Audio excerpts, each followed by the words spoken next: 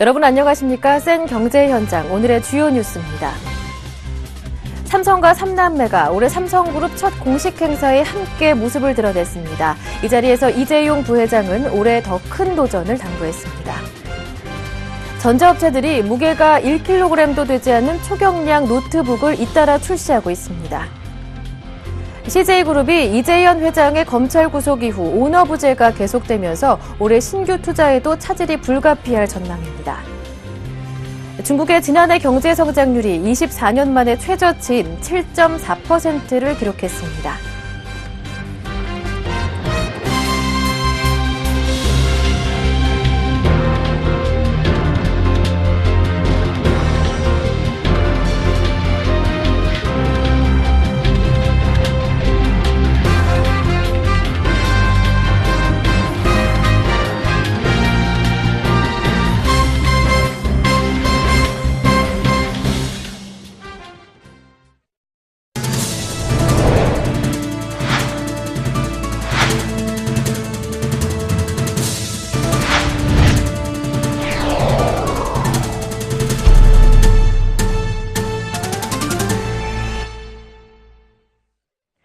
네, 22일 예정된 ECB 회의가 다가오면서 양적 완화에 대한 기대감도 커지고 있습니다. 코스피는 20일 저항선을 뚫어내면서 1918포인트에 마감됐고요. 코스닥은 작년 전고점 부근까지 바짝 추격했다고 하는데요. 증권부의 박준석 기자 전화 연결해서 자세한 이야기 나눠보겠습니다. 안녕하세요. 안녕하십니까. 네, 화요일장 마감 시황 자세히 전해주시죠. 네. 코스피 지수가 기관과 외국인의 쌍끌이 매수세에 힘입어 1910선 회복에 성공했습니다. 20일 코스피 지수는 전날보다 0.82% 오른 1918.31포인트의 장을 마감했습니다.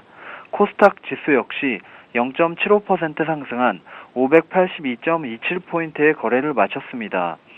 기관과 외국인이 8거래일 만에 동반 매수 행보를 보이며 지수 상승을 주도했습니다. 이날 기관은 1,700억 원, 외국인은 310억 원가량의 주식을 사들였습니다. 이는 유럽중앙은행이 오는 22일 통화정책회의에서 국채 매입 등 추가적인 통화 완화 정책에 나설 것이라는 기대감이 반영된 결과로 보입니다. 업종별로는 음식료가 2% 이상 상승한 가운데 섬유의복, 종이목재, 화학 등이 강세를 보였습니다. 반면 철강금속, 의료정밀, 유통 등은 하락했습니다. 시가총액 상위 종목 중에서는 현대모비스를 제외한 전 종목이 상승했습니다. 한국전력이 지난해 4분기 실적 개선 기대감에 6% 이상 급등했고 삼성전자도 2% 이상 올랐습니다. 현대차, 네이버, 포스코 등도 강세를 보였습니다. 네, 한편 4분기 실적 발표에 임박하면서 실적 기대주에 대한 관심도 높아지고 있는데요. 이 때문에 지난해 연말부터 상승했던 시멘트주들의 상승세도 멈출 줄 모르는 모습입니다. 이와 관련된 소식도 전해주시죠. 네, 해가 바뀌어도 시멘트주의 상승세는 거침이 없습니다. 정부의 부동산 시장 활성화와 실적 개선 기대감에 지난해 말부터 주가가 차곡차곡 오르고 있는 모습입니다. 성신양해는 20일 유가증권 시장에서 가격 제한폭까지 오른 13,100원에 거래를 마쳤습니다. 쌍용양해는 전날보다 6.9% 오른 14,550원에 장을 마감했고 한일시멘트는 4.61%, 아세아시멘트는 6.82% 올랐습니다. 시멘트주의 상승세는 지난해 연말부터 시작됐습니다. 성신양해의 지난해 12월 초 대비 주가 상승률은 68%에 달하며 쌍용양해도 같은 기간 43%가량 상승했습니다. 아세아시멘트, 동양시멘트, 한일시멘트 역시 주가 상승률이 16에서 20%에 이르고 있습니다. 시멘트주가 연이은 상승세를 이어가고 있는 이유는 수익성 개선에 대한 기대감 때문으로 풀이됩니다. 우선 시멘트 원재료인 유연탄 가격이 급락한 점이 수익성 개선에 대한 기대감을 높이고 있습니다. 아울러 지난해 재건축 규제를 대폭 완화하는 내용의 부동산 3법이 국회를 전격 통과한 점도 시멘트주의 호재로 작용했다는 평가입니다. 재건축 등 건설 시장이 활성화하면 시멘트 업체가 가장 큰 수혜를 누릴 수 있기 때문입니다. 시장 전문가들은 시멘트주의 상승세가 당분간 계속될 것으로 보고 있습니다.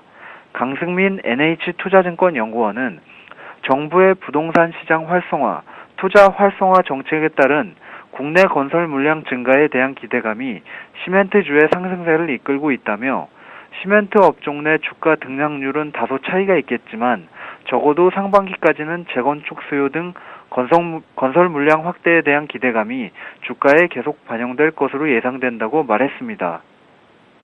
네, 말씀 잘 들었습니다. 지금까지 서울경제신문 증권부의 박준석 기자와 함께했습니다. 고맙습니다. 감사합니다.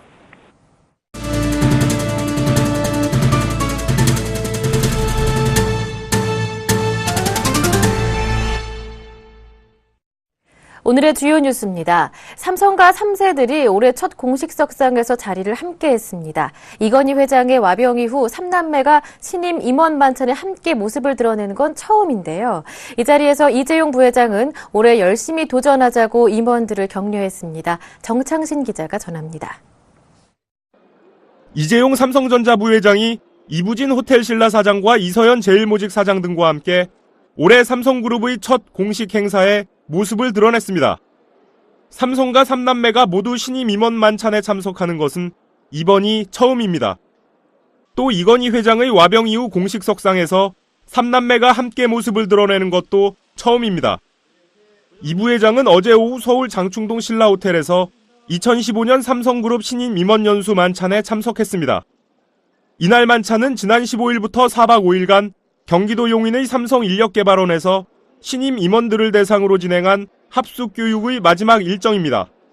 삼성은 지난 2008년부터 해마다 이건희 회장의 생일에 맞춰 임원들과 그 배우자들을 초청해 신라호텔에서 신년 만찬을 진행해 왔습니다. 특히 이 부회장은 이날 만찬 격려사에서 작년 한 해는 여러 가지로 어려움이 많은 한 해였다고 밝히고 그럼에도 불구하고 좋은 실적을 내서 임원 승진을 한 여러분들은 능력 있는 인재들이라며 올해도 열심히 도전하자고 임원들을 격려했습니다. 재계에서는 삼성그룹이 이재용 체제로 개편되는 등 3세 경영의 신호탄이란 관측이 나오고 있습니다. 이 부회장은 이건희 회장 대신 올해 처음으로 계열사 CEO들로부터 올해 경영계획안을 보고받고 있는 것으로 알려지면서 이 같은 관측에 더욱 힘이 실렸습니다. 삼성은 매년 11월경 계열사별 경영계획 초안을 수립하고 이후 새로 임명된 사장들이 초안을 검토한 뒤 이듬해 1월 최종안을 수립하고 있습니다. 한편 비공개로 진행된 이날 행사에는 지난 연말 인사에서 승진한 신임 임원 부부와 사장단 등 500여 명이 참석했습니다. 삼성그룹은 신임 임원 배우자를 위한 견학 프로그램 등 가족들의 자긍심을 높였던 행사도 취소하는 등 이건희 회장의 부재와 경영실적 위기 상황이라는 점을 감안해 올해 신임 임원 만찬을 예년에 비해 조촐하게 치렀습니다. 재계에서는 이재용 부회장 등 삼성과 3남매가 공식 석상에 나란히 모습을 드러낸 만큼 3세 경영의 신호탄이란 관측이 나오며 이들 행보에 관심이 집중되고 있습니다. 서울경제TV 정창신입니다. 태블릿 PC만큼 가벼운 노트북이 인기를 끌면서 전자업체들이 노트북 무게 줄이기에 열중하고 있는데요. 성능은 한층 더 좋아졌는데 무게는 종이노트 못지않게 가벼워지고 있다고 합니다. 한지희 기자가 보도합니다. 노트북 시장의 다이어트 열풍이 거셉니다. 휴대하기 간편한 스마트 기기들이 인기를 끌면서 상대적으로 하락세를 보였던 PC 시장에 태블릿 PC처럼 가벼운 노트북이 등장한 것입니다. 전자업체들은 900g의 대학노트와 맞먹는 노트북을 내세우며 소비자 겨냥에 나선다는 전략입니다. 가벼운 노트북 시장을 선도한 제품은 지난해 LG전자가 내놓은 13인치 노트북 그램입니다. 그램은 지난해 1kg의 벽을 깬 노트북이라는 입소문을 타고 국내에서만 한 달 평균 10,000대 이상 팔리면서 돌풍을 일으켰습니다. 이 같은 인기에 힘입어 LG전자는 최근 2015년형 PC 신제품 출시 행사를 갖고 그램 14를 선보였습니다. 그램 14는 전작보다 화면은 0.7인치 커진 14인치인데 무게는 980g으로 생수병 2병보다 가볍습니다. 무게를 줄이기 위해 외형 커버에는 항공기에 쓰이는 카본 마그네슘, 리튬 마그네슘 등 신소재 기술이 적용됐습니다. 그램 14는 한국기록원으로부터 국내에서 판매되는 14인치 노트북 가운데 가장 가벼운 노트북으로 인증을 받기도 했습니다.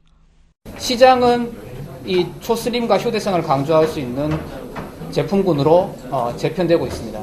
성능은 유지하되 생산성을 강조할 수 있는 그러한 제품이 시장에서 많은 각광을 받을 것으로 생각을 하고 있고 삼성전자는 휴대성을 강화하고 무게는 줄인 노트북 9 2015 에디션으로 승부수를 띄웠습니다. 노트북 9 2015 에디션은 950g으로 삼성전자가 지금까지 선보인 노트북 중 가장 가볍습니다. 무게를 줄이기 위해 외부 케이스의 형태를 이음매 없이 하나의 덩어리로 깎아 제작했습니다.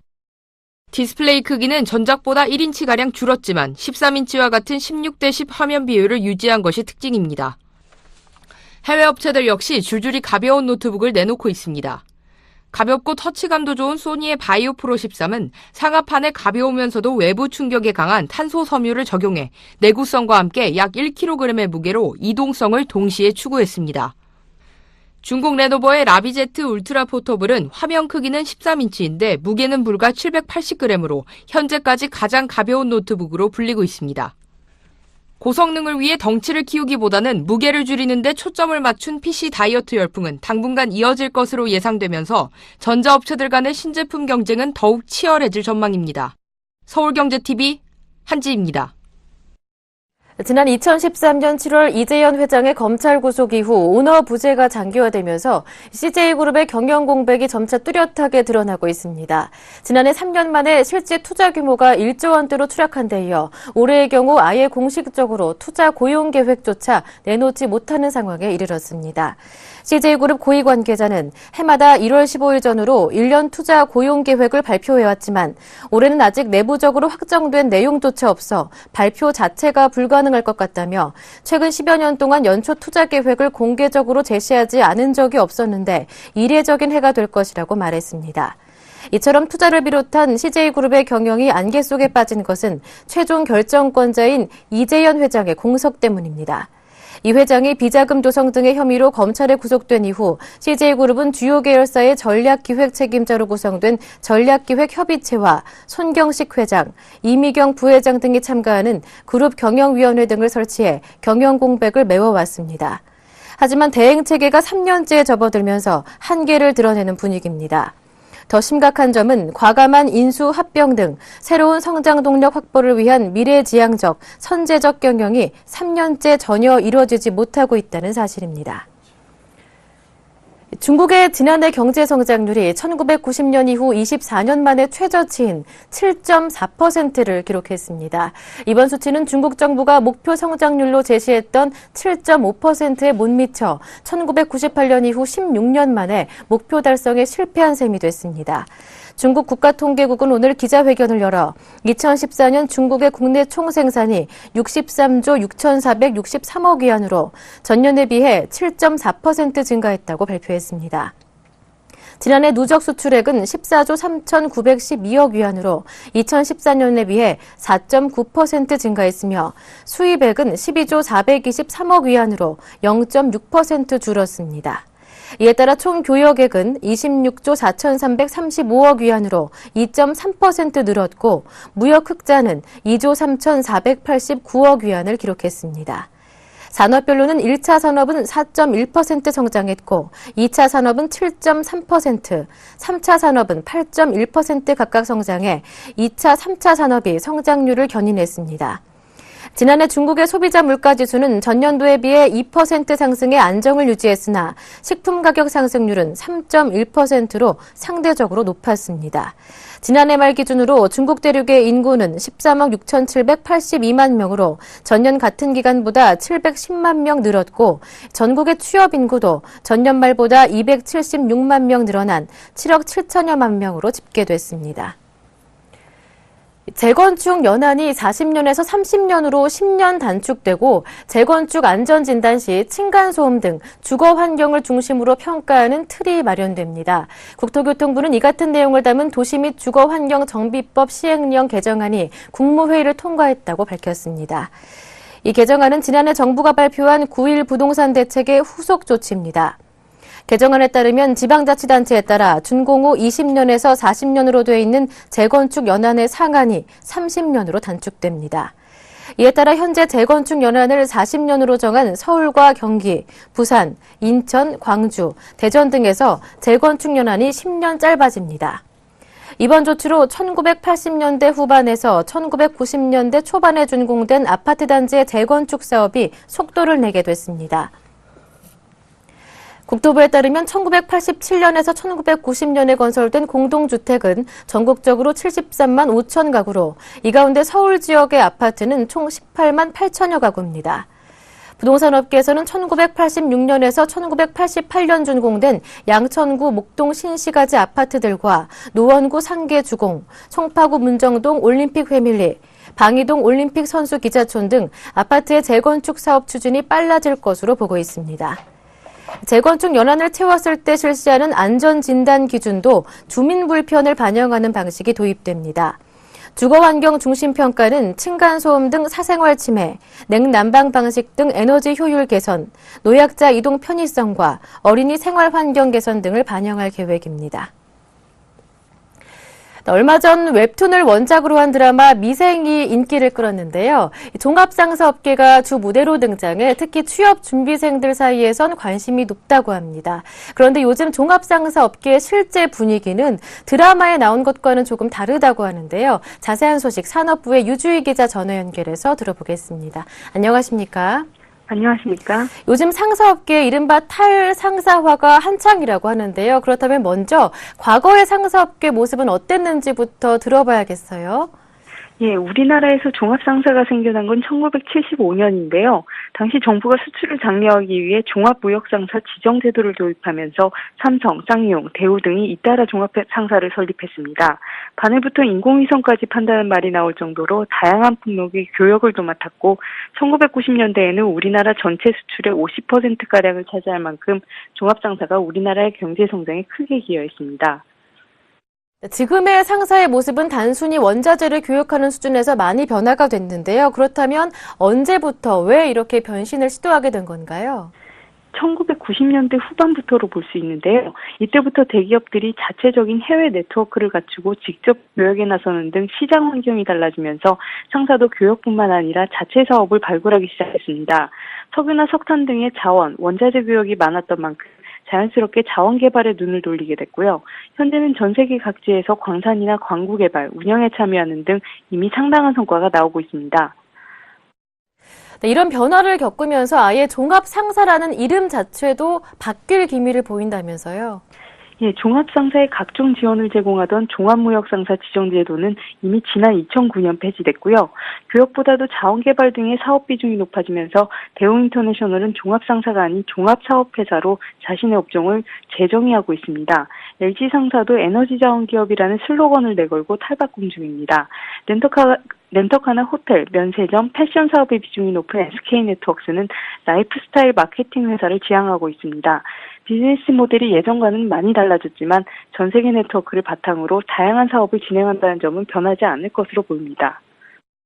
말씀 잘 들었습니다. 지금까지 서울경제신문 산업부의 유주희 기자와 함께했습니다. 고맙습니다. 감사합니다.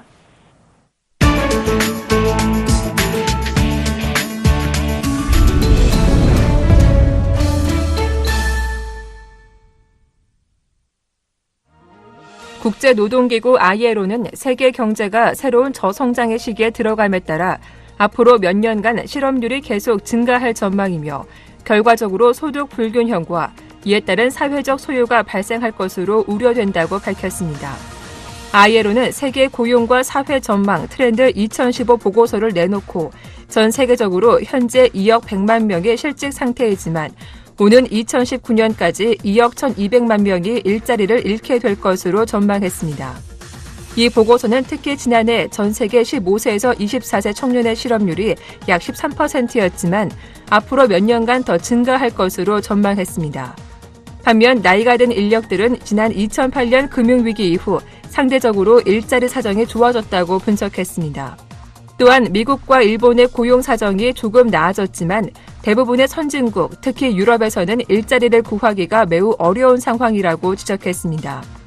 이 보고서는 가장 부유한 10%가 전체 소득의 30%에서 40%를 가져가지만 가장 못 사는 10%가 전체 소득의 2에서 7%를 차지하는 소득 불균형이 앞으로 점차 커질 것으로 전망하면서 이런 추세는 정부의 신뢰를 해치고 사회 불안 요소를 증대시키며 특히 청년 실업 심화로 인한 사회적 소요 발생을 우려했습니다. 현대 프랑스 지도자 중 가장 낮은 지지율을 보였던 프랑스와 올랑드 프랑스 대통령이 최근 파리 연쇄 테러에 적절하게 대응했다는 평가를 받으면서 지지율이 급상승했습니다. 하지만 반이슬람 성향의 극우 정당인 국민전선은 이슬람 성전주의자의 테러에도 지지율에 큰 변화가 없었습니다. 여론조사기관 IFOP는 최근 프랑스 성인 1,003명을 대상으로 설문조사한 결과 올랑드 대통령의 지지율이 파리 테러 이후 19%에서 40%로 21%포인트나 뛰었다고 발표했습니다. 최근 잇단 연쇄 테러와 인질 사건을 진두지휘하는 모습이 언론에 노출되면서 지지율이 크게 상승한 것으로 풀이됩니다. 올랑드 대통령은 쿠아치 형제가 주간지 샤를리 에브도 사무실을 급습해 12명을 사살하자 곧바로 현장을 찾았고 세계 정상급 인사들을 파리로 불러 반테러 행진을 벌이는 등 테러에 발빠르게 대응했습니다. 마니엘 발스 총리의 지지율도 17%가 상승한 61%를 기록했습니다. 이는 지난해 4월 발스 총리 취임 때보다 높은 수치입니다. 또 다른 여론조사기관인 BVA는 올랑드 대통령이 소속된 집권사회당의 지지율이 4% 오른 30%를 기록하면서 작년 9월 이후 처음으로 28%의 지지율을 기록한 국민전선을 넘어섰다고 밝혔습니다. 국민전선의 지지율은 28%로 직전 조사와 변동이 없었습니다. 앙겔라 메르켈 독일 총리가 유럽중앙은행의 국채 매입을 통한 양적 완화 정책 시행 여부와 관련해 유럽중앙은행이 독립적으로 결정한다는 원칙적 견해를 밝혔습니다. 이 언급은 유럽중앙은행이 오는 22일 올해 첫 통화정책회의를 열어 국채 매입 정책을 발표할 것이라는 관측이 거세게 있는 가운데 나온 것입니다. 유럽중앙은행은 통화정책을 통해 유로 지역의 물가를 적절하게 관리하는 권한과 임무를 가지고 있습니다. 따라서 우리나라의 한국은행처럼 독립성이 강조되지만 독일과 같은 최대 자본 출자국의 입장을 고려하지 않을 수 없는 처지에 놓여 있습니다. 국채 매입 정책을 내세운 마리오 드라기 유럽중앙은행 총재는 지난 14일 메르켈 총리를 미리 만나 유로존 각 회원국 중앙은행이 각기 자국 국채를 국가국채총액의 20%에서 25%가량 매입하도록 하는 내용의 양적 완화 방안을 설명했습니다. 드라기 총재 이 구상에 메르켈 총리가 어떤 반응을 보였는지는 알려지지 않았습니다.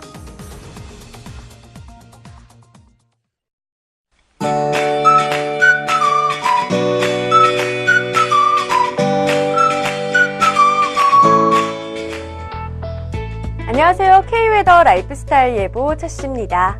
큰 추위라는 뜻의 절기 대안인 오늘 아침에는 예년과 비슷한 기온을 보였고 오히려 한낮에는 예년 기온을 웃돌면서 한겨울치고는 포근한 날씨였죠. 내일은 오늘보다 높은 기온을 나타내겠습니다. 다만 충청 이남과 강원 영동 지역에는 비 소식이 있고요. 비가 오지 않는 지역을 중심으로는 미세먼지 농도가 오후에 나쁨 단계를 보이겠습니다. 비가 오는 시점부터 살펴보면 아침에 제주도와 전남 남해안부터 비가 시작돼 오후에는 남부 일부 지방에, 밤에는 충청 이남과 강원 영동 지방으로 확대되겠습니다. 비가 오지 않는 지역을 중심으로는 오후에 미세먼지 농도가 나쁨 단계를 보이겠습니다. 외출하신다면 모자와 마스크를 챙기시기 바랍니다. 반면 비가 오는 지역을 중심으로는 비로 인한 세정 효과로 인해 보통 단계를 나타내겠습니다. 이 시각 위성 영상입니다. 현재 전국이 대체로 구름 많은 날씨를 보이고 있습니다. 내일 우리나라는 중국 중부지방에서 다가오는 기압골의 영향을 받겠습니다. 그럼 자세한 지역별 내일 날씨는 나절 예보를 통해 알아보겠습니다. 서울, 경기, 강원, 영서는 구름 많다가 저녁부터 점차 흐려지겠고 충청도도 흐려져 밤에 비가 오겠습니다. 동해안은 점차 흐려져 밤에 비나 눈이 오겠고요. 동해와 강릉의 건조특보도 해제되겠습니다. 제주와 전남 남해안은 아침에, 남부 일부는 오후에 비가 오겠고 밤에는 저녁으로 확대되겠습니다.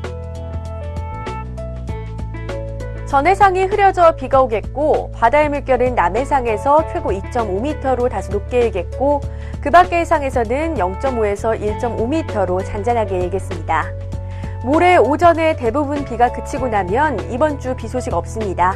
내일 아침에 영하 2도로 오늘보다도 4도 더 높겠고 이번 주 내내 예년 기온인 영하 6.2도를 웃돌면서 큰 추위 없겠습니다. 낮 기온도 이번 주 내내 예년 기온인 영상 1.5도를 크게 웃돌면서 예년 이맘때보다 훨씬 온화한 겨울 날씨를 보이겠습니다. 날씨였습니다.